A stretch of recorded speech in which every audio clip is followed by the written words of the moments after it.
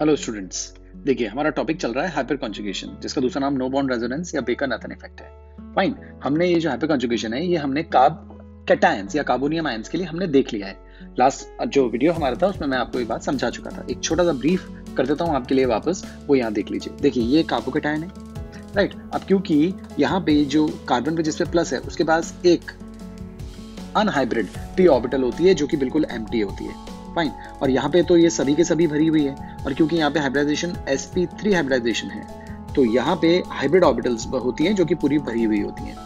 Correct, जैसे यहाँ पे भी हाइब्रिड ऑर्बिटल है इस H वाली, और यहाँ पे भी हाइब्रिड ऑर्बिटल्स है। फाइन, हम किसी एक हाइब्रिड ऑर्बिटल को फोकस कर रहे थे कि ये वाली कोई हाइब्रिड ऑर्बिटल है जो कि पूरी भरी हुई है, और यहाँ पे एक अनहाइब्रिड एम्प्टी ऑर्बिटल है। जब ये ऑर्बिटल इस ऑर्बिटल के प्लेन में आ जाती है, सेम प्लेन में जब ये हो जाते हैं, तो ये इलेक्ट्रॉन्स इसके साथ भी शेयर हो जाते हैं, या मैं कहूं कि इसको भी डोनेट कर दिए जाते हैं थोड़े से, जिससे कि इस ऑर्बिटल की जो कमी है इलेक्ट्रॉन्स की वो पूरी की जा सके। यानी कि इस बॉन्ड के जो इलेक्ट्रॉन्स थे वो C और H के साथ साथ रहने के साथ साथ C और C के बीच में भी आने की कोशिश करते हैं, और इसी फिनोमेना को हम हाइपर कॉन्जुगेशन कहते हैं। आप यहाँ पे भी देख सकते हैं, देखिए हाइब्रिड ऑर्बिटल है, ये अनहाइब्रिड MTP ऑर्बिटल है, और ये जो इलेक्ट्रॉन्स C और H के बीच में जो इलेक्ट्रॉन डेंसिटी थी वो इन दोनों के बीच में रहने के साथ साथ इस एम्प्टी वाले के साथ भी शेयर हो जाती है, ये जो इलेक्ट्रॉन डेंसिटी है।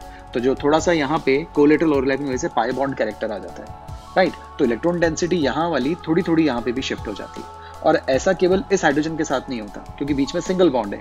तो रोटेशन जब चलता है तो ये वाला H भी सामने आ सकता है, और जब ये वाला H सामने आ सकता है तो भी हो सकती है, ये वाला H सामने आ सकता है तो भी हो सकती है। तो फायदा क्या है, बेनिफिट क्या है, एप्लीकेशन क्या है इस चीज की? तो देखिए, जब इसका एक स्ट्रक्चर बनता है तो मैं आपको उसका केस बताता हूँ। ये वाला केस देखिए आप, ये वाला फर्स्ट केस है। अब यहाँ पे जैसे ही H हटता है, देखिए H प्लस, तो यहाँ पे माइनस आता है, माइनस और प्लस मिलकर बॉन्ड बना लेते हैं। मैं ये कहना चाह रहा हूँ कि जो प्लस साइन अभी कार्बन पे था वो डिस्पर्स होकर हाइड्रोजन पे आ गया, वो और डिस्पर्स होकर दूसरे हाइड्रोजन पे आ सकता है, और डिस्पर्जन कर सकता है और इस पे आ सकता है, इस H पर आ सकता है। हम ये अच्छे से जानते हैं कि कोई सा भी चार्ज हो, इधर पॉजिटिव और नेगेटिव, वो जितना डिस्पर्स होता है, जितना फैलता है, जो गिवन स्पीशीज है वो उतनी ज्यादा स्टेबल होती है। तो यहाँ पे उसको फैलाने के लिए 3 हाइपर कॉन्जुगेटिव स्ट्रक्चर्स पॉसिबल थे, 1, 2 और 3। जितने ज्यादा हाइपर कॉन्जुगेटिव स्ट्रक्चर्स बनते हैं स्पीशीज उतनी ज्यादा स्टेबल होती है, क्योंकि उसका चार्ज उतना ज्यादा डिस्पर्स होता है। ये बात हमने देखी थी, और इसीलिए हमने कहा था कि जो टर्शियरी कार्बोकैटायंस होते हैं वो सबसे ज्यादा स्टेबल होते हैं, क्योंकि उसमें चार्ज को डिस्पर्स करने के लिए 3 हाइड्रोजन यहाँ, 3 यहाँ और 3 यहाँ, यानी कुल मिलाकर 9 अल्फा हाइड्रोजन है। तो 9 हाइपर कॉन्जुगेटिव स्ट्रक्चर्स बनेंगे, इसीलिए रिलेटिवली सबसे ज्यादा स्टेबल, फिर उससे कम, उससे कम और उससे कम। इसकी डेफिनेशन भी पढ़ें तो आपको अच्छे से बात समझ में आ जाएगी। बस ध्यान रखिएगा, ये जो सिग्मा बॉन्ड के इलेक्ट्रॉन्स थे उन्होंने यहाँ पे पाई बॉन्ड कैरेक्टर डेवलप किया है। अगर मैं अब स्टेटमेंट पढ़ूं तो आप स्टेटमेंट पे गौर कीजिए। It is the stabilization interaction that results from the interaction of sigma electrons of CH bond, अभी मैंने बताया, और CC bond with an adjacent empty और पार्शियली फिल्ड p ऑर्बिटल। या तो खाली होगी बिल्कुल, जैसे कि अभी आपने देखा, फ्री रेडिकल के केस में पार्शियली फिल्ड होगी, पार्शियली फिल्ड p ऑर्बिटल जो कि पाई ऑर्बिटल भी हो सकती है, और एंटी बॉन्डिंग सिग्मा स्टार और pi star orbitals to give an extended molecular orbital that increases the stability of the system.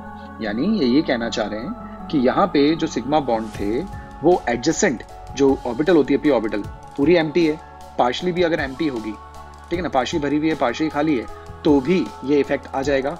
और यदि इस एटम की जो एंटी बॉन्डिंग ऑर्बिटल्स होती है, हमने MOT में पढ़ा भी एंटी बॉन्डिंग, अगर वो भी एम्प्टी है, जिन्हें हम स्टार से रिप्रेजेंट करते हैं, पाई स्टार कह सकते हैं, सिग्मा स्टार कह सकते हैं, पाई बॉन्ड बनाने वाली है तो पाई स्टार, ठीक है, अगर वो भी एम्प्टी है तो ये इलेक्ट्रॉन डेंसिटी उसके साथ शेयर हो जाती है और नए मॉलिक्यूलर ऑर्बिटल्स बन जाते हैं। इसी फिनोमेना को हम हाइपर कॉन्जुगेशन कहते हैं। तो आप स्टेटमेंट देख सकते हैं, since the stabilization interaction, stabilizing interaction that results from the interaction of sigma electrons of CH or CC bond with an adjacent empty or partially filled p orbitals, जिसे pi orbitals भी बोल सकते हैं क्योंकि collateral overlapping करके pi बॉन्ड ही बनाएंगे, और एंटी बॉन्डिंग सिग्मा स्टार और pi star orbitals to give an extended molecular orbital that increases the stability of the system. System की स्टेबिलिटी क्यों बढ़ जाती है? क्योंकि चार्ज डिस्पर्स हो जाता है। फाइन, इसी बात को अब हम आगे बढ़ाते हैं फ्री रेडिकल्स के अंदर। देखिए सीन वो का वही है, डायग्राम भी वो का वही है, बस अंतर इतना सा है कि यहाँ पे प्लस नहीं है, यहाँ पे फ्री रेडिकल है, और फ्री रेडिकल का मतलब है कोई चार्ज नहीं होगा, क्योंकि कार्बन का एक इलेक्ट्रॉन ये रहा, एक ये रहा और एक ये रहा। मैं थोड़ा सा जूम कर देता हूँ, अब आप देखिए, ठीक है, एक ये रहा, एक ये रहा और एक ये रहा, और एक वो फ्री रखा हुआ है। इसलिए आपने नोटिस किया, इसको मैंने फिलअप किया है पूरा और इसको एम्प्टी शो कर रखा है। मतलब कि ये जो p ऑर्बिटल है ये पार्शियली फिल्ड है, आधी भरी हुई है और आधी खाली है। ये वाली जो हाइब्रिड ऑर्बिटल है जो ऊपर थी अभी आपने देखी, वो तो पूरी फुलफिल्ड है। तो जैसे ही सामने ये वाला H के जो इलेक्ट्रॉन डेंसिटी का जो प्लेन है और इसका अगर सेम हो जाता है तो कुछ इलेक्ट्रॉन यहाँ पे ट्रांसफर होने लग जाते हैं, राइट, शेयरिंग होने लग जाती है और थोड़ा सा यहाँ पे पाई बॉन्ड कैरेक्टर डेवलप हो जाता है। तो ये जो इलेक्ट्रॉन डेंसिटी यहाँ पे थी वो अब इधर भी शेयर होने लग जाती है। उतनी शेयर नहीं होती जितनी ऊपर हुई थी, क्योंकि यहाँ पे ऑलरेडी एक इलेक्ट्रॉन प्रेजेंट है। तो ये फिनोमेना भी हाइपर कॉन्जुगेशन कहलाता है। अब ये हाइपर कॉन्जुगेटिव स्ट्रक्चर्स कितने मिल सकते हैं? जितने H यहाँ पे होंगे, यानी इन शॉर्ट जितने अल्फा H होंगे। देखिए ये ऑड इलेक्ट्रॉन है, वही sp2 हाइब्रिड है, क्योंकि सिग्मा या मैं ऐसे कहूँ कि जो सिंगल इलेक्ट्रॉन होता है, ऑड इलेक्ट्रॉन जो होता है उसको हाइब्रिडाइजेशन में काउंट नहीं करते, हाइब्रिडाइजेशन निकालने में। दैट्स वाई 3 सिग्मा बॉन्ड है तो हाइब्रिडाइजेशन sp2 ही होगी। फाइन, ये वो फिनोमेना हाइपर कॉन्जुगेशन का ही है, rest all is same. Fine, हमने किस में समझाया आपको? हमने समझाया CH3 CH2 फ्री रेडिकल में। कितने अल्फा हाइड्रोजन नजर आ रहे हैं? इससे जुड़ा पहला कार्बन ये है और इस कार्बन को अल्फा कार्बन, तो 3 अल्फा हाइड्रोजन, तो 3 हाइपर कॉन्जुगेटेड स्ट्रक्चर्स आपको नजर आएंगे। देखिए फर्स्ट, सेकंड, थर्ड। अब ये स्ट्रक्चर ये है ethyl CH3 CH2 free radical. अब आप यहाँ पे देखिए फिशो कैरो है, यहाँ पे देखिए ये फिशो कैरो है, ये फिशो कैरो है। अब यहाँ फिशो कैरो होगा तो H फ्री रेडिकल बाहर चला जाएगा, ये वाला फ्री रेडिकल तो बाहर चला गया।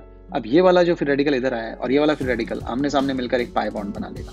अब आप नेक्स्ट स्ट्रक्चर देख सकते हैं, देखिए पाई बॉन्ड बन गया और ये फ्री रेडिकल बाहर। जब ऐसा हो सकता है तो फिर इस H के साथ भी हो सकता है और फिर इस H के साथ भी हो सकता है। तो 3 हाइपर कॉन्जुगेटिव स्ट्रक्चर्स आपको मिल गए और इसके अंदर जो ये जो इंटेंसिटी थी फ्री रेडिकल का जो इलेक्ट्रॉन था वो एक जगह ना रहकर पूरे पे डिस्पर्स हो रहा है, और डिस्पर्जन जितना ज्यादा होता है स्पीशीज गिवन स्पीशीज उतनी ज्यादा स्टेबल होती है। इसलिए स्टेबिलिटी ऑफ रेडिकल्स की भी बात की जाए तो जितने ज्यादा अल्फा हाइड्रोजन होंगे, जैसे 9 है तो 9 हाइपर कॉन्जुगेटिव स्ट्रक्चर्स मिलेंगे तो ये सबसे ज्यादा स्टेबल होगा, 6 वाला कम, 3 वाला सबसे कम, और इसमें तो कुछ है ही नहीं मिथाइल फ्री रेडिकल, तो इसकी स्टेबिलिटी सबसे कम होती है। तो ध्यान रखिए फ्री रेडिकल्स और कार्बोकेटाइंस की स्टेबिलिटी को समझाने के लिए हम हाइपर कॉन्जुगेशन को अच्छे से यूज कर सकते हैं। फाइन, बात को आगे बढ़ाएंगे। अब हम देखेंगे हाइपर कॉन्जुगेशन इन एल्कीन्स।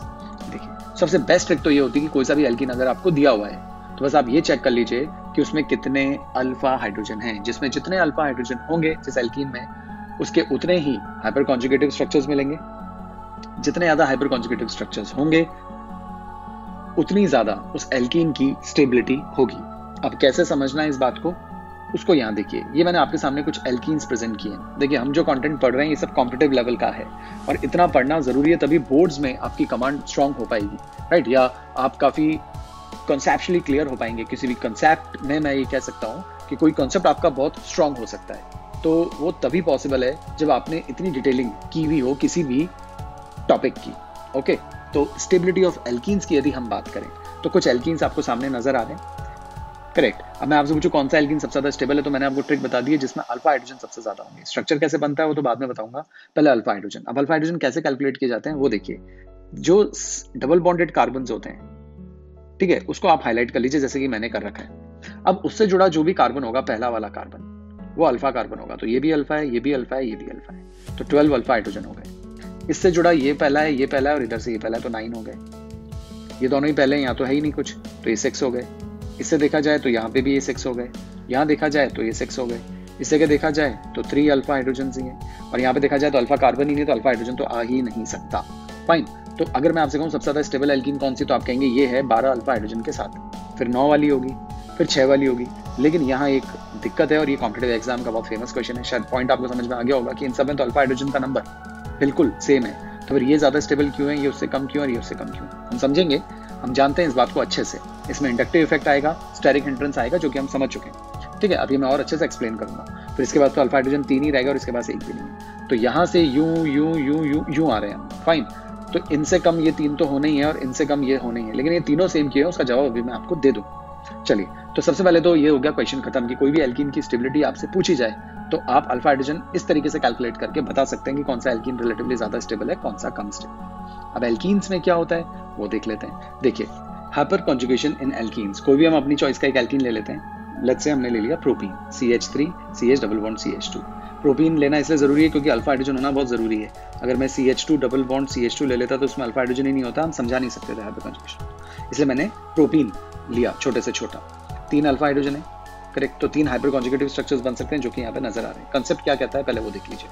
सबसे पहले CH3, ये रहा C, एक H, दूसरा H, तीसरा H, CH3, आगे C, ये रहा C, इससे एक H जुड़ रहा है, एक H जुड़ रहा है, फिर ये C, इससे 2 H जुड़ रहे हैं, ये 2 H जुड़ रहे हैं, राइट। C और C के बीच में एक सिग्मा, एक पाई बॉन्ड है, ये रहा वो सिग्मा बॉन्ड। और क्योंकि यहाँ पे ये ऑर्बिटल्स होती है, इनमें एक एक इलेक्ट्रॉन होते हैं, वो कोलेटरल ओवरलैपिंग करके पाई बॉन्ड बना लेते हैं। ये बात हमने हाइब्रिडाइजेशन में देखी है, आप चाहें तो हाइब्रिडाइजेशन में जाके इसको रिवाइज कर सकते हैं।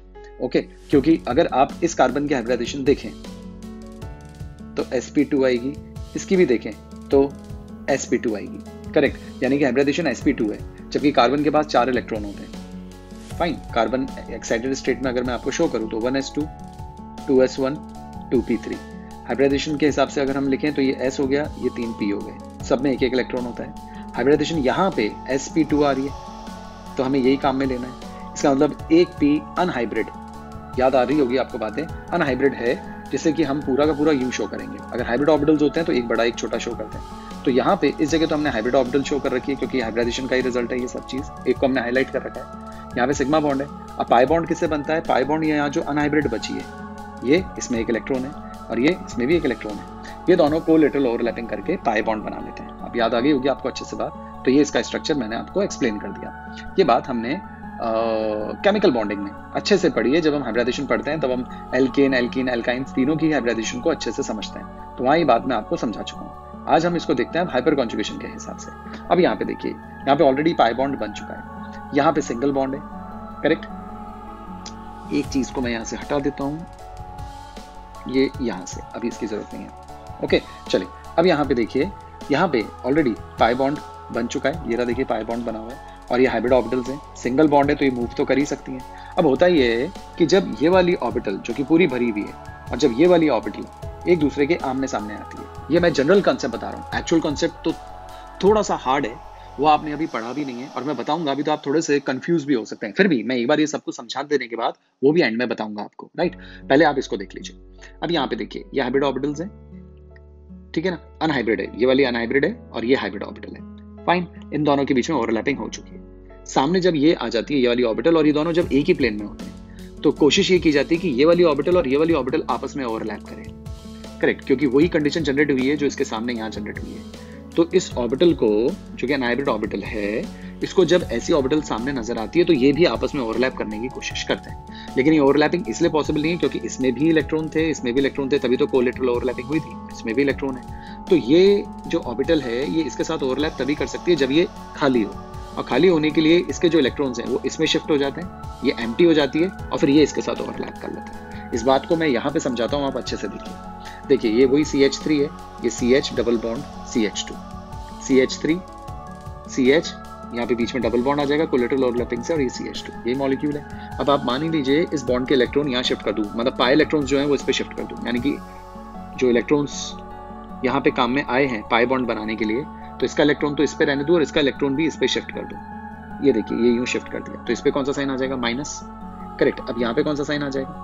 प्लस, और यहाँ से इस बॉन्ड के इलेक्ट्रॉन यहाँ शिफ्ट कर दूँ तो यहाँ पे माइनस आ जाएगा और H प्लस बाहर चला जाएगा, ये देखिए H प्लस बाहर। अब यहाँ पे माइनस है और सामने प्लस है, आमने सामने जब माइनस प्लस आता है तो बीच में क्या बन जाएगा? बॉन्ड बन जाएगा। वापस समझ लीजिए, एक बार फिर रिपीट कर रहा हूँ। बॉन्ड के इलेक्ट्रॉन आप यहाँ शिफ्ट कर दीजिए, जैसे आप बॉन्ड के इलेक्ट्रॉन यहाँ शिफ्ट करेंगे तो इसके ऊपर कौन सा साइन आ जाएगा? माइनस, पीछे कौन सा साइन आ जाएगा? प्लस, और इस बॉन्ड के इलेक्ट्रॉन जब आप यहाँ शिफ्ट करेंगे तो इस पे कौन सा साइन आ जाएगा? माइनस, और ये H प्लस की जैसे बाहर रखा जाएगा। अब ये माइनस और ये प्लस जब आमने सामने आएंगे तो बीच में क्या बन जाएगा? बॉन्ड। देखिए ये स्ट्रक्चर तैयार है, बिल्कुल प्रॉपरली तैयार है, और ये चीजें तो हमने काफी सारी प्रैक्टिस भी कर ली है माइनस प्लस वाली। ओके, तो बात समझ में आई आपको? तो यहाँ से बॉन्ड के इलेक्ट्रॉन यहाँ शिफ्ट हुए, माइनस आ गया, पीछे प्लस आ गया, बॉन्ड के इलेक्ट्रॉन यहाँ शिफ्ट हुए, माइनस आया, माइनस प्लस ने बॉन्ड बना लिया, H बाहर। अगर ये स्ट्रक्चर पॉसिबल है इस H के साथ, तो घूमकर ये H भी उसी प्लेन में आ सकता है, तो इससे भी पॉसिबल हो सकता है और इससे भी पॉसिबल हो सकता है। Rest is same.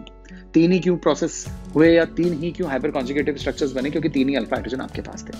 अब इस चीज से आप इसको समझ सकते हैं। देखिए ये पाई बॉन्ड ऑलरेडी बना हुआ था, ये वाला जो पाई बॉन्ड है ये वाला पाई बॉन्ड है। अब हमने पाई बॉन्ड के इलेक्ट्रॉन को शिफ्ट किया है, यानी कि इसके अंदर जो इलेक्ट्रॉन था वो इसके ऊपर शिफ्ट कर दिया, तो इसका इलेक्ट्रॉन तो इसके पास और इसका भी इसके पास आ गया, तो ये क्या हो गई? एम्प्टी हो गई।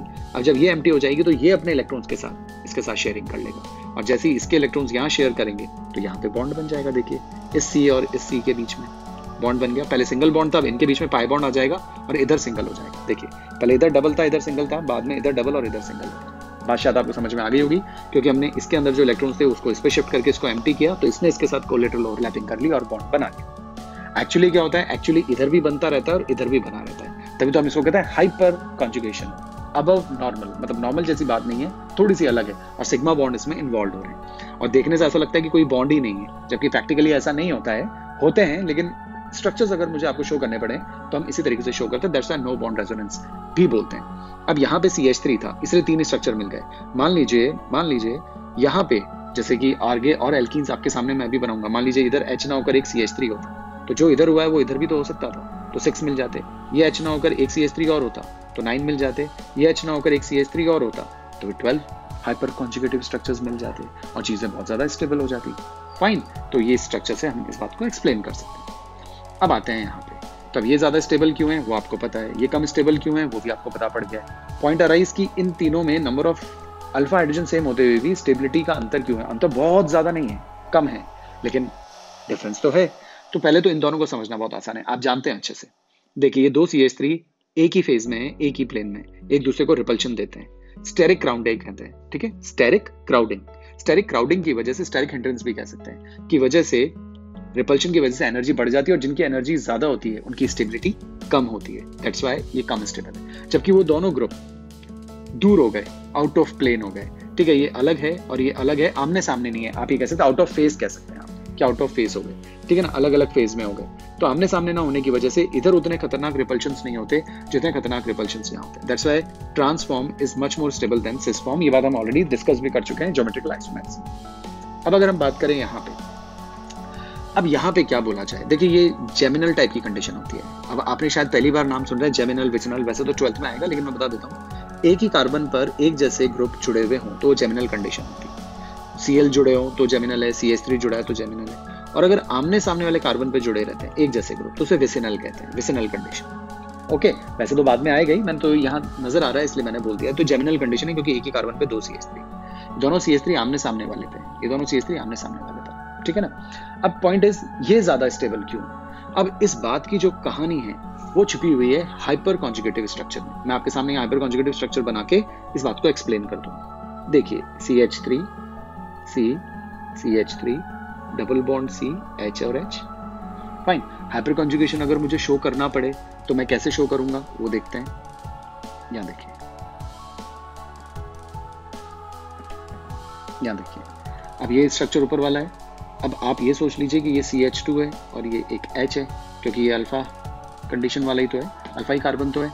अब इस बॉन्ड के इलेक्ट्रॉन अगर यहाँ शिफ्ट हो जाए और इस बॉन्ड के इलेक्ट्रॉन यहाँ शिफ्ट हो जाए तो क्या बनेगा? ठीक है, तो ऊपर CH2, इधर कुछ भी चेंज नहीं किया, नीचे CH3, इस बॉन्ड के इलेक्ट्रॉन उसके ऊपर शिफ्ट हो गए तो इसके ऊपर तो माइनस साइन, जैसा H है वैसा का वैसा ही H रखना है। आप देख लीजिए, इस बॉन्ड के इलेक्ट्रॉन यहाँ शिफ्ट कर दिए, इस कार्बन पे प्लस आ गया और पीछे वाले कार्बन पे माइनस है, तो माइनस और प्लस मिलकर क्या बना लेंगे? बॉन्ड। तो देखिए ये स्ट्रक्चर तैयार हो गया, CH2 डबल बॉन्ड C, इधर CH3 और ये C।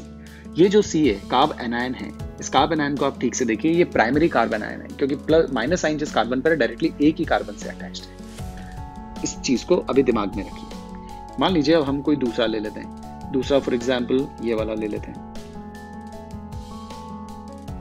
ओके।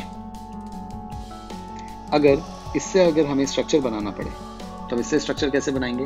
वापस यहाँ पे 2 लगा के यहाँ पीछे H शो कर देते हैं, इस बॉन्ड के इलेक्ट्रॉन यहाँ पे, ये यहाँ पे, तो अब क्या बनेगा वो देख लीजिए। ये रहा ऊपर वाला CH2, H तो गया बाहर, शो कर रहे हैं हम उसको,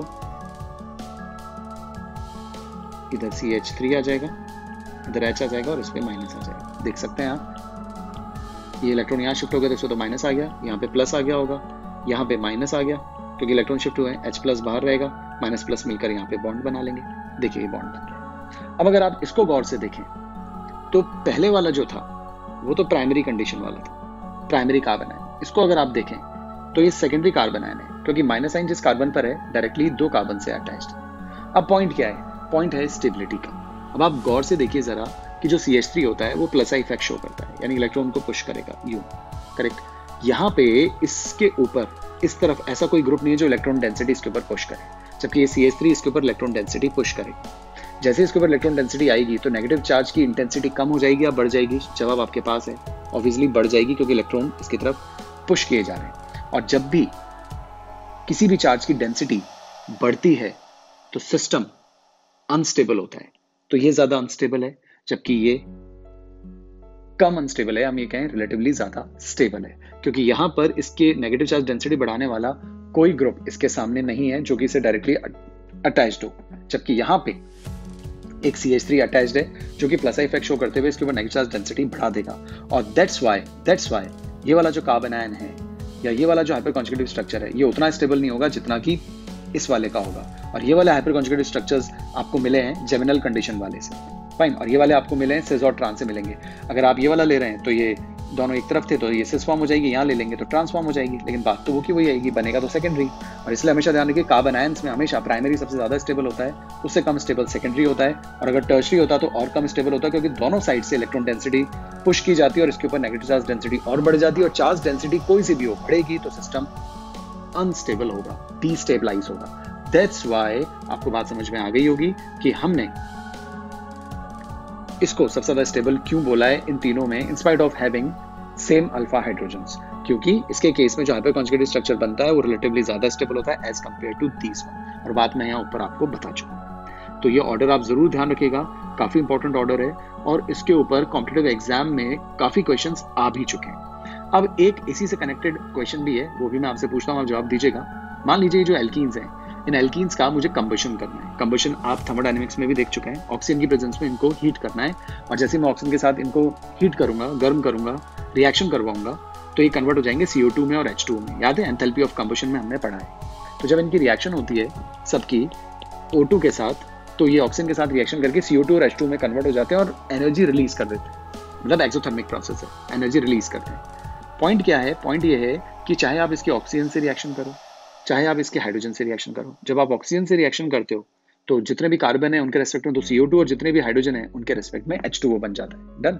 और यदि आप इनकी H2 से रिएक्शन करते हो तो H2 आता है और इस बॉन्ड को तोड़ता है और दोनों तरफ जुड़ जाता है और ये एल्कीन एल्केन्स में कन्वर्ट हो जाते हैं। करेक्ट।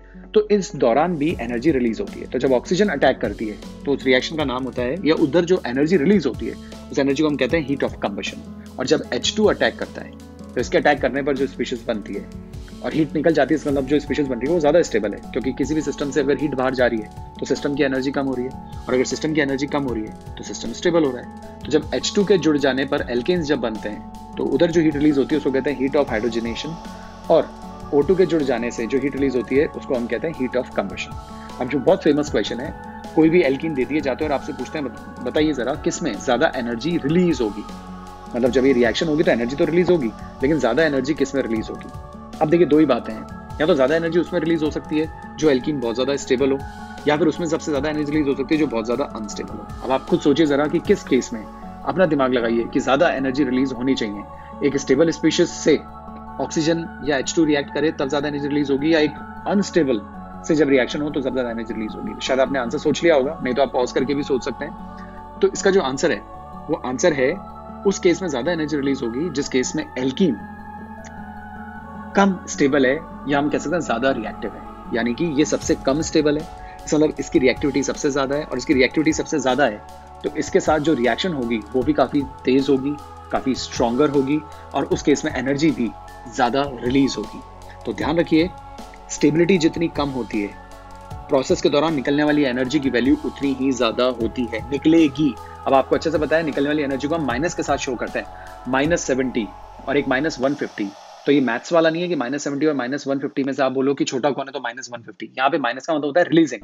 अब ज्यादा एनर्जी कौन सी मानोगे, -70 -150, ऑब्वियसली -150, माइनस मतलब रिलीजिंग, 150 किलो जूल रिलीज हो रही है। तो मैं कहता हूँ ये दो वैल्यूज हैं या दो एल्कीन्स हैं, इनको जब मैंने कंबशन किया है इनका, तो एक में -70 और एक में -50 एनर्जी की वैल्यूज है। तो बताइए जरा ज्यादा एनर्जी कहाँ रिलीज हो रही है? तो ज्यादा एनर्जी रिलीज हो रही है जहां पे आंसर -150 है, माइनस मतलब रिलीजिंग, और 150 एनर्जी रिलीज हो रही है। अब इसमें ज्यादा रिलीज हो गया, इसमें ज्यादा रिलीज होगी, जो कम स्टेबल होगा वो ज्यादा रिएक्ट करेगा और उस केस में ज्यादा एनर्जी रिलीज होगी। आप ऐसे ध्यान रख सकते हैं। फिर मैं एक तरीके से और बताऊंगा। तो इस केस में ज्यादा एनर्जी रिलीज होती है क्योंकि ये सबसे कम स्टेबल है, इसीलिए विगरसली रिएक्ट करेगा। आप ऐसे ध्यान रख सकते हैं। ओके, दूसरा तरीका अगर मैं आपको बताऊं तो मान लीजिए ये आपका रिएक्टेंट है,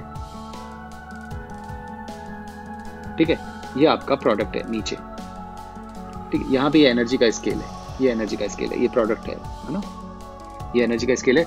कोई भी रिएक्टेंट्स है, मान लीजिए ये रिएक्टेंट है, ये भी एक रिएक्टेंट है, अलग अलग एल्कीन्स ले रहे हैं ना, तो ये अलग अलग रिएक्टेंट के फॉर्म में मैंने लिख दिया। सबसे ज्यादा एनर्जी किसकी है? सबसे ज्यादा एनर्जी ऑब्वियसली इसकी हुई। ओके, उससे कम एनर्जी इसकी हुई और सबसे कम एनर्जी इसकी हुई। रिएक्शन करके सबको प्रोडक्ट बनाना है और आना यहीं पे ही है, इसी जगह पे पहुंचना है। करेक्ट।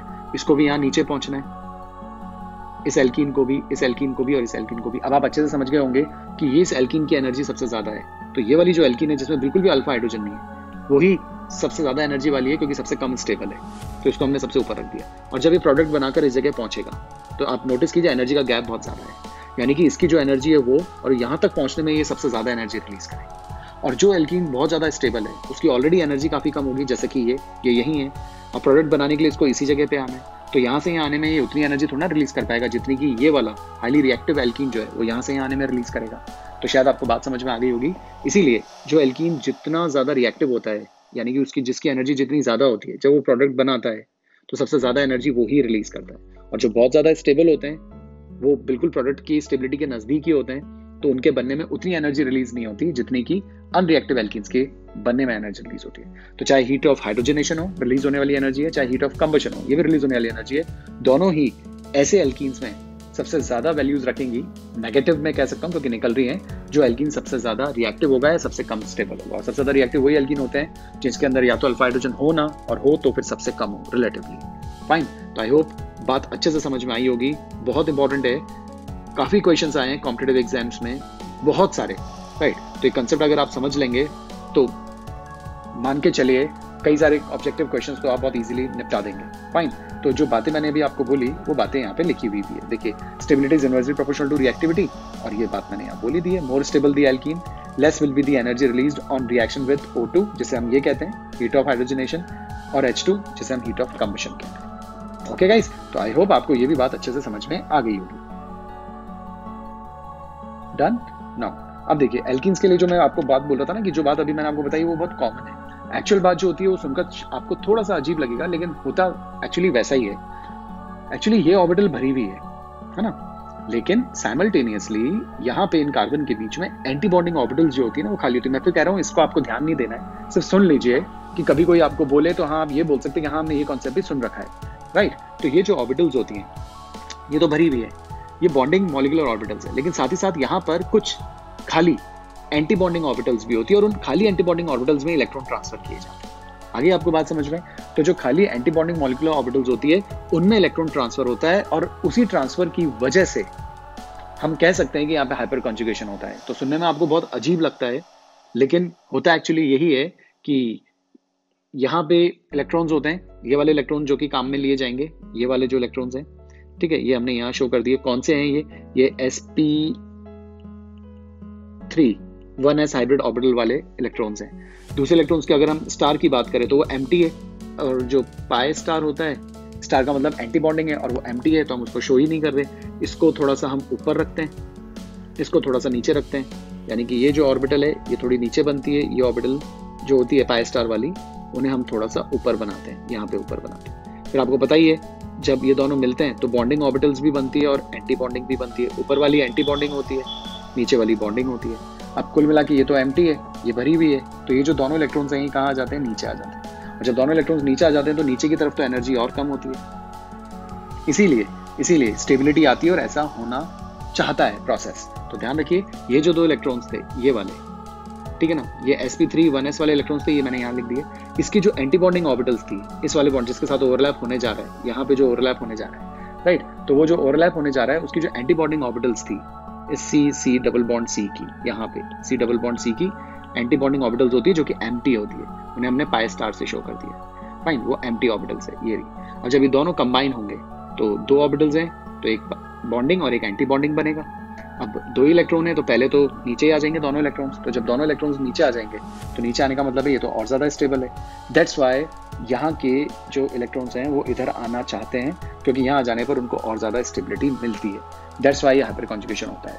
ये थोड़ा सा एडवांस कॉन्सेप्ट है, आपको समझ में आता है तो अच्छी बात है, नहीं भी आता है तो बस अभी बार सुनकर अपने दिमाग में रखिए कि हाँ ऐसा कुछ होता है, पाई स्टार जैसी कोई चीज होती है। क्योंकि आपने नोटिस किया होगा हमने अपनी डेफिनेशन में भी ये वर्ड या पाई स्टार जो है हमने यूज किया है। आप देखिए सिग्मा स्टार और पाई स्टार, जबकि आप पूरे प्रोसेस में कहीं पे भी आपको ये नजर ही नहीं आएगा कि सिग्मा स्टार और pi star anti bonding molecular orbital का यूज क्या है, लेकिन काफी यूज होता है। जहाँ पे सारी ऑर्बिटल्स आपको फुलफिल नजर आती है वहां पे इलेक्ट्रॉन्स एंटी बॉन्डिंग ऑर्बिटल्स में ट्रांसफर होते हैं, और उसकी वजह से एल्कीन्स में हाइपर कॉन्जुगेशन होता है एक्चुअल।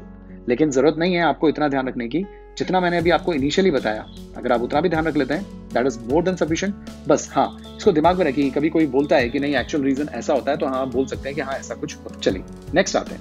नेक्स्ट अब हम पढ़ेंगे हाइपर कॉन्जुगेशन इन एल्काइल अरीन्स। ये लास्ट है हमारा, कार्बोकेटायंस में हमने देख लिया, उसके बाद हमने फ्री रेडिकल्स में भी देख लिया, और उसके बाद हमने एल्कीन्स में देख लिया, और हम लास्ट देखने जा रहे हैं एल्काइल अरीन्स। बहुत इंपॉर्टेंट, 12th में काफी एप्लीकेशंस हैं इसकी। और ऑर्थो एंड पैरा डायरेक्शन वाले जो ग्रुप्स होते हैं उसमें CH3 भी आता है। CH3 हमेशा ऑर्थो एंड पैरा डायरेक्टिंग होता है। अब लोगों को ये समझ नहीं आता कि CH3 ortho and para directing क्यों होता है। देखिए मैंने आपसे एक बात बोली है कि अगर बेंजीन रिंग है और इस रिंग के ऊपर अगर कोई भी ऐसा ग्रुप जुड़ा है जिसके ऊपर लोन पेयर है, तो वो सब ऑर्थो एंड पैरा डायरेक्टिंग होते हैं और प्लस सार इफेक्ट शो करते हैं। आप मानेंगे इस बात को? ठीक है, आपने सुनी भी है, मैंने समझाई भी है, ऊपर बताया भी है। और जिसके ऊपर भी लोन पेयर नहीं होता और पीछे उसके पीछे कोई इलेक्ट्रोनेगेटिव एटम जुड़ा होता है, पीछे कोई पाई बॉन्ड जुड़ा होता है, फॉर एग्जाम्पल जैसे ये है, और पीछे की तरफ अगर आप देखें तो ऐसे ये जैसे ये जुड़ा हुआ है, तो इसमें तो लोन पेयर नहीं है और पीछे पाई बॉन्ड है, तो ये इलेक्ट्रॉन अपनी तरफ खींचता है, तो ये रिंग से खींचता है, तो ये माइनस आर इफेक्ट होता है। डाउट कहाँ था? डाउट था इसके ऊपर, CH3। अब भाई CH3 के पीछे ना तो डबल बॉन्ड है और ना खुद के ऊपर लोन पेयर प्रेजेंट है। अब क्या करें? अब ये कैसा डायरेक्टिंग होगा भाई? प्लस आर इफेक्ट शो करने वाले ऑर्थो एंड पैरा डायरेक्टिंग होते हैं, माइनस आर इफेक्ट शो करने वाले मेटा डायरेक्टिंग होते हैं। अब ये कैसा होगा? तो इसका जवाब है ये ortho and para directing. Point is ये प्लस आर इफेक्ट शो करेगा कि माइनस आर? आंसर इज ना तो ये प्लस आर शो करेगा ना माइनस आर शो करेगा। तो पॉइंट, तो फिर क्या शो करेगा? कौन सा इफेक्ट यहां आएगा? फिर आप कैसे कह सकते हैं कि ये ऑर्थो एंड पैरा डायरेक्टिंग होता है? तो इस बात का जवाब आपको देखने को मिलेगा हाइपर कॉन्जुगेशन इन अल्काइल अरीन्स, जो कि ना तो प्लस आर इफेक्ट से समझा सकते हैं ना माइनस आर इफेक्ट से समझा सकते हैं। CH3 का ऑर्थो एंड पैरा डायरेक्टिंग होना, यानी बेंजीन रिंग के ऊपर ऑर्थो एंड पैरा पोजीशन पर नेगेटिव चार्ज डेंसिटी बढ़ाकर इलेक्ट्रोफाइल को अपनी ओर खींचने की जो प्रॉपर्टी आती है वो हाइपर कॉन्जुगेशन की वजह से आती है। अब ये क्या होता है उसको अभी हम डिस्कस करते हैं। ओके, देखिए hyper conjugation in alkyl arenes, example toluene. Toluene is benzene ring और बेंजीन रिंग के ऊपर एक CH3 ग्रुप जुड़ा हुआ है। ठीक है, मैंने पहले ही बोल दिया कि CH3 ग्रुप जो बेंजीन रिंग पे जुड़ जाता है तो ये इलेक्ट्रोफाइल जो आते हैं उनको इसकी ऑर्थो पोजीशन और पैरा पोजीशन पे बुलाता है। कोई भी ग्रुप जब जुड़ा रहता है बेंजीन रिंग पे, उससे जुड़ी हुई जो पहली पोजीशन होती है वो ऑर्थो पोजीशन होती है, नेक्स्ट वाली मेटा होती है और जो सामने वाली पैरा होती है। अब क्या हो रहा है वो समझते हैं। यहाँ पे आपको रेजोनेटिंग स्ट्रक्चर्स भी नजर आएंगे और हाइपर कॉन्जुगेटिव स्ट्रक्चर्स भी नजर आएंगे। गौर से देखिएगा, टोलुइन है। अब देखें इस बॉन्ड के इलेक्ट्रॉन अगर यहाँ शिफ्ट कर दिए जाएं तो आप कहेंगे कि ये आ गया नेगेटिव साइन और यहाँ पे आ गया पॉजिटिव साइन। ये रहा C, ये रहा H, ये रहा H। ऊपर वाला जो H है और C का जो बॉन्ड है उसके इलेक्ट्रॉन यहाँ शिफ्ट कर दिए गए, तो इसके ऊपर आ जाएगा नेगेटिव और ये H हो जाएगा अकेला बाहर। ठीक है, अब ये जो नेगेटिव और ये पॉजिटिव है पहली बार आमने सामने आए, और पहली बार जब ये आमने सामने आए तो हम दोनों चार्ज को हटाएंगे, लोन पे हटाएंगे, और शायद आप अच्छे से जानते हैं कि बीच में क्या लगा दिया जाएगा, बॉन्ड लगा दिया जाएगा। यानी यहाँ पे नेगेटिव साइन रह जाएगा और यहाँ पे बॉन्ड आ जाएगा। आप ठीक से इस डायग्राम को देख लीजिए, आपको बिल्कुल पिक्चर क्लियर हो जाएगी। करेक्ट, मैंने अभी यही बोला आपको, आप चेक कर सकते हैं। मैं क्लीन कर देता हूँ वापस, ये देखिए। और हमने ये सब खूब प्रैक्टिस कर लिया। ये इलेक्ट्रॉन मूवमेंट ही तो है जो कि हम कर्व्ड एरो से शो कर रहे हैं। पहले हमने काफी प्रैक्टिस कर ली है इस चीज की। तो ये यहाँ आ गया तो ये नेगेटिव साइन हो गया, यहाँ पे प्लस हो गया, इधर आए तो यहाँ नेगेटिव पॉजिटिव बॉन्ड बन गया और ये H plus no bond resonance hyperconjugation. ये देखिए बाकी सब कुछ सेम। अगर ये ऐसा बन सकता है तो ये H इन्वॉल्व हुआ है, ये H भी तो हो सकता है, तो देखिए ये H इन्वॉल्व करके बाकी सब कुछ सेम। और जब ये H और ये H भी इन्वॉल्व हुए तो फिर ये वाला H भी इन्वॉल्व हो सकता है, बाकी सब कुछ सेम। तो इसके कितने हाइपर कॉन्जुगेटिव स्ट्रक्चर्स या हाइपर कॉन्जुगेटिव स्ट्रक्चर्स बने? आंसर इज 3, क्योंकि यहाँ पे इस डबल बॉन्ड के रेस्पेक्ट में ये अल्फा कार्बन हुआ और इसके पास 3 हाइड्रोजन प्रेजेंट है, दैट्स व्हाई। ओके, तो इसी वाले कार्बन के ही इन्वॉल्व होंगे। अगर इसके आगे एक कार्बन में और लगा दूं तो उससे कोई इन्वॉल्वमेंट नहीं होगा, बल्कि और गड़बड़ हो जाएगी, क्योंकि इसका एक H भी कम हो जाएगा। फाइन, यहाँ एक और लगा दूं तो खत्म, यहाँ लगा दूं तो और खत्म, तो ये तो बिल्कुल यहाँ अकेला कार्बन ही रह जाएगा। अभी अकेला कार्बन कुछ नहीं कर सकता। ओके, तो ये ध्यान रखिए, CH3 जुड़ा हुआ जो ग्रुप है, डायरेक्टली जो CH3 ग्रुप अटैच्ड है, उसी में ये केस आपको देखने को मिलेगा ना। अब यहाँ के बाद की कहानी जो है वो तो ये सब कुछ सेम आप अच्छे से जानते हैं। अब एरो का डायरेक्शन अगर नीचे की तरफ आता जा रहा है, आगे की तरफ है, तो ये आगे की तरफ ही बढ़ाएंगे अब इसको। अब इस बॉन्ड के इलेक्ट्रॉन को आप यहाँ शिफ्ट कीजिए तो यहाँ पे कौन सा साइन आ जाएगा? नेगेटिव। यहाँ पे कौन सा साइन आएगा? पॉजिटिव। नेगेटिव पॉजिटिव मिलकर क्या बना लेंगे? बॉन्ड। ये देखिए, सॉरी, ये देखिए, ये स्ट्रक्चर बन गया। अब इस बॉन्ड के इलेक्ट्रॉन यहाँ शिफ्ट कर दीजिए तो यहाँ पे नेगेटिव, पीछे पॉजिटिव, पॉजिटिव नेगेटिव मिलके बॉन्ड। ये तो रेजोनेटिंग स्ट्रक्चर्स है, हम पहले प्रैक्टिस कर चुके हैं। अब यहाँ माइनस आ गया, अब इस बॉन्ड के इलेक्ट्रॉन वापस यहाँ शिफ्ट कर दीजिए तो इस पे माइनस, ये प्लस, माइनस प्लस मिलकर बॉन्ड बना लेंगे, यहाँ प्लस और माइनस ये भी बॉन्ड बना लेंगे, ये स्ट्रक्चर तैयार हो जाएगा, राइट। तो ये तो रेजोनेटिंग स्ट्रक्चर्स है। मेन अगर हाइपर कॉन्जुगेटिव स्ट्रक्चर्स की बात करें तो ये हाइपर कॉन्जुगेटिव स्ट्रक्चर्स है। फिर अल्टीमेटली ये भी ऐसे बनेगा, ये भी ऐसा बनेगा और ये भी ऐसा ही बनेगा। तो हमने एक ऐसा एग्जाम्पल उठाया जिसके अंदर साइमल्टेनियसली हाइपर कॉन्जुगेटिव स्ट्रक्चर्स पे आपको नजर आ ही रहे हैं और उनसे रिलेटेड आपको रेजोनेटिंग स्ट्रक्चर्स भी नजर आ रहे हैं। Now the point is, resonating structures को यहाँ शो करने से क्या फायदा हुआ? शो करने से काफी फायदा हुआ। आप देखें तो यहाँ पर ऑर्थो पोजीशन पे नेगेटिव चार्ज नजर आ रहा है, पैरा पोजीशन पे नेगेटिव चार्ज नजर आ रहा है और वापस ऑर्थो पे नेगेटिव चार्ज नजर आ रहा है।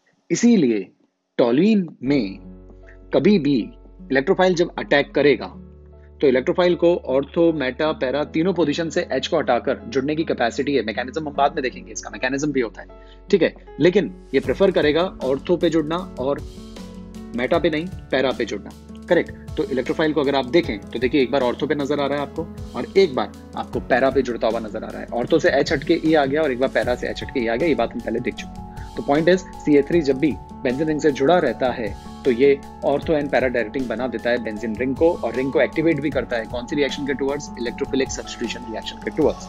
अब मेजर और माइनर की बात करें तो ये बात भी हम पहले देख चुके हैं कि जो स्पीशीज होती है, पैरा सब्स्टिट्यूटेड स्पीशीज जो होती है वही मेजर अमाउंट में होती है। स्टेरिक क्राउडिंग, काफी दूर दूर हो गए तो स्टेबल ज्यादा है, एनर्जी कम है, फाइन। ये पास पास है, रिपल्सिव इंटरेक्शंस होते हैं, दैट्स व्हाई एनर्जी ज्यादा है और स्टेबिलिटी कम होती है। दैट्स व्हाई ये माइनर अमाउंट में बनता है और ये मेजर अमाउंट में बनता है। तो ये एल्किल ग्रुप के बारे में जो बात मैंने अभी आपको समझाई वो बात लिखी हुई है, थोड़ी सी एक्स्ट्रा है पर पता होनी चाहिए।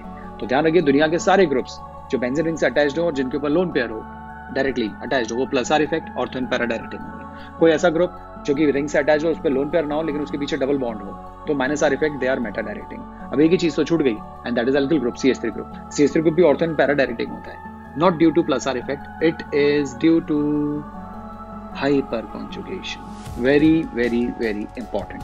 तो आई होप आपको हाइपर कॉन्जुगेशन अच्छे से समझ में आ गया होगा। इससे ऊपर का हाइपर कॉन्जुगेशन किसी भी एग्जाम के लेवल पे नहीं पूछा जाता, चाहे आप जेई एडवांस तक चले जाइए, जितना एडवांस तक हो सकता है मैंने वो सारी बातें आपके साथ डिस्कस कर ली। एक बार आप अपनी एनसीईआरटी को खोल के देख लीजिएगा कि वहां पे हाइपर कॉन्जुगेशन क्या दिया हुआ है और हमने क्या डिस्कस किया है, फाइन। तो आप इनको अच्छे से प्रिपेयर कीजिए, बार बार रिवाइज कीजिए, अच्छे से नोट्स बनाइए, लॉन्ग टर्म में आपको काफी बेनिफिट होगा। ओके, तो हमने सारे हाइपर कॉन्जुगेशन देख लिए हैं, अभी इनकी एप्लीकेशन बाकी है। अब हम जो नेक्स्ट वीडियो लेंगे उसके अंदर हम सारी एप्लीकेशंस मिला देंगे, हम उसमें सारे ग्रुप्स मिला देंगे, hyper conjugation, inductive effect, resonance effect, इन सबको मिलाकर कुछ क्वेश्चंस प्रैक्टिस करेंगे। ओके, तो आपको समझ में आएगा कि इनके डायरेक्ट एप्लीकेशंस क्या हैं, लेकिन उससे पहले इनके अकेले अकेले के कॉन्सेप्ट्स समझ में आना बहुत जरूरी है। तो आई होप आपको सारी बातें अच्छे से समझ में आ गई होगी। फाइन, चलिए नेक्स्ट वीडियो में फिर मिलते हैं। तब तक stay happy, stay blessed. Thank you.